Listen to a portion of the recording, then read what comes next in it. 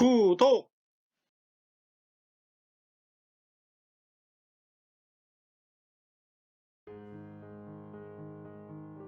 우리는 지난 시간 동안 바울이 디모데 전서를 기록한 이유에 대해서 에베소 교회 안에 있는 이단의 상황으로 인해서 펜을 들 수밖에 없는 바울의 이야기로 봤습니다. 그렇다면 여기에서 던져지는 질문이 있습니다. 그렇게 이단의 상황이 급한 교회인데 왜 바울은 교리를 많이 이야기하지 않았나? 그리고 바울은 왜 교회 내 지도자에 관한 이야기를 하는가? 두 가지 질문을 던지게 됩니다. 안녕하세요. 숲을 보는 성경 읽기 디모데전서 개론 마지막 시간입니다. 오늘은 디모데전서가 다루는 지도자론에 대한 부분을 언급하고자 합니다. 바울은 왜 이단의 상황이 급한 에베소 교회의 교리적인 이야기보다는 지도자에 대한 이야기를 했을까요? 이를 다루어 보면서 디모데전서 개론을 마무리해보고자 합니다. 그럼 이제 시작합니다. 교리적인 이야기를 많이 하지 않은 것은 앞서 강의에서 이야기한 것처럼 이단의 가르침이 그리 논리적인 것이 아니기에 별 상대할 필요성을 느끼지 않아서 그런 것은 아닌가 싶습니다. 무논리에 무슨 논리로 싸울 수 있겠습니까? 마치 서양인이 조선 왕복을 입고 내가 조선의 국모다 라고 말하는 수준일 텐데 일본이 독도가 어디 있는지도 잘 모르면서 독도가 자기들 땅이라고 말하는 수준일 텐데 어느 정도 말이 돼야 받아주지 받아줄 수준이 아니기에 바울은 교리적으로 그들을 두고 하나하나 이야기할 가치를 느끼지 못하는 것 같습니다. 디모데전서 6장 20절 말씀을 보면 바울이 이렇게 말합니다. 디모데야, 망령되고 헛된 말과 거짓된 지식의 반론을 피함으로 내게 부탁한 것을 지키라. 디모데후서 3장 9절도 그렇습니다. 그들이 더 나아가지 못할 것은 그들의 어리석음이 드러날 것임이라. 결국 무논리에 대해서 말싸움을 해봤자 소용이 없으니 그렇게 이단의 상황이 계속해서 이루어져도 별 대응할 가치를 못 느끼는, 오히려 대응을 해주면 그것 자체가 그들로 하여금 뭔가 자신들이 뭔가 되는 것 마냥 그렇게 말하는 모습이 될 것 같으니 안 하는 것으로 보여집니다. 그렇다면 오히려 제대로 된 지도자의 모습을 보여주는 것이 맞다는 것이지요. 이게 두 번째 질문에 대한 답이 될 수 있을 것 같습니다. 그래서 보면 디모데 전서에서 지도자에 대한 자격을 이야기함에 있어서 무슨 성경적인 지식을 잘 갖추는 것에 대한 이야기보다는 주로 행실에 대한 교훈이 나오는 것을 볼 수가 있습니다. 감독이 어떠한 삶을 살아야 되는지, 집사는 또 어떠해야 되는지, 여성들이 어떠해야 되는지, 참 이 부분에서 여자들은 여자 집사를 이야기하는 것으로 보여집니다.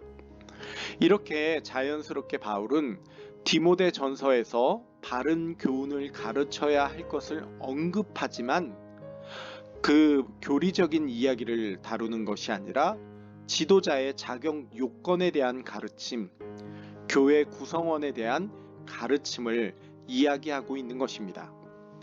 그렇기에 디모데 전서는 이단에 대한 책이라기보다는 지도자에 대한 책으로 보는 것이 더 현명해 보이기도 합니다. 정리하면 이렇습니다. 디모데 전서가 단순하게 이단에 대한 가르침만을 다루는가? 아니다. 그는 목회자로서 교회 조직에 대한 가르침을 말한다. 그렇기에 이단에 대한 책이라기보다는 지도자에 대한 책으로 보는 것이 더 현명해 보인다. 이거지요. 이는 오늘날 한국교회의 모습에서도 중요해 보입니다. 교회를 향한 안 좋은 소리들이 있습니다. 교회를 향한 비난들이 있습니다.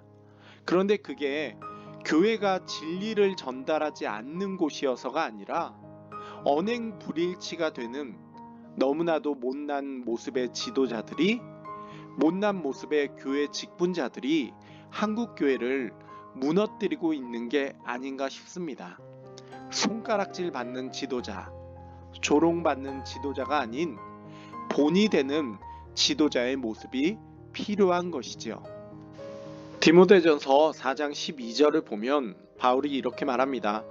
오직 말과 행실과 사랑과 믿음과 정절에 있어서 믿는 자에게 본이 되어.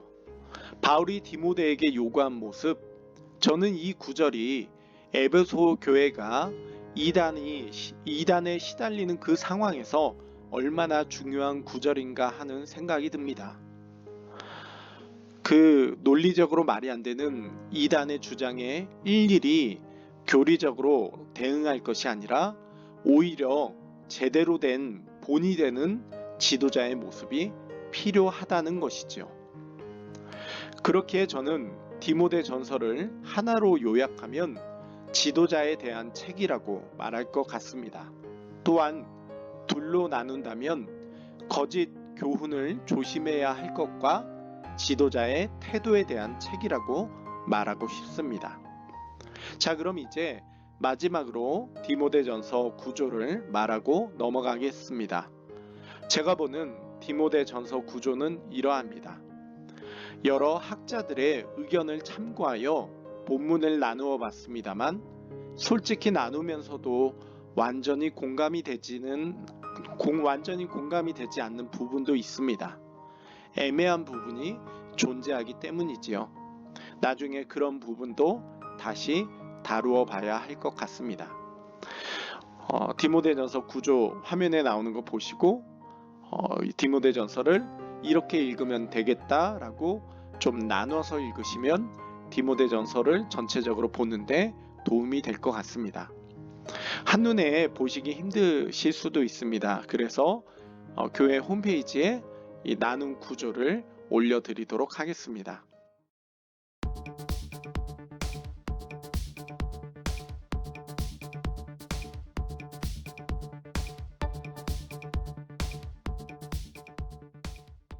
이렇게 해서 디모데전서 개론 강의를 모두 마무리하게 되었습니다.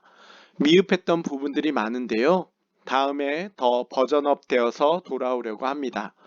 제가 디모데전서를 공부하면서 참고했던 책들을 교회 홈페이지에 올려놓겠습니다.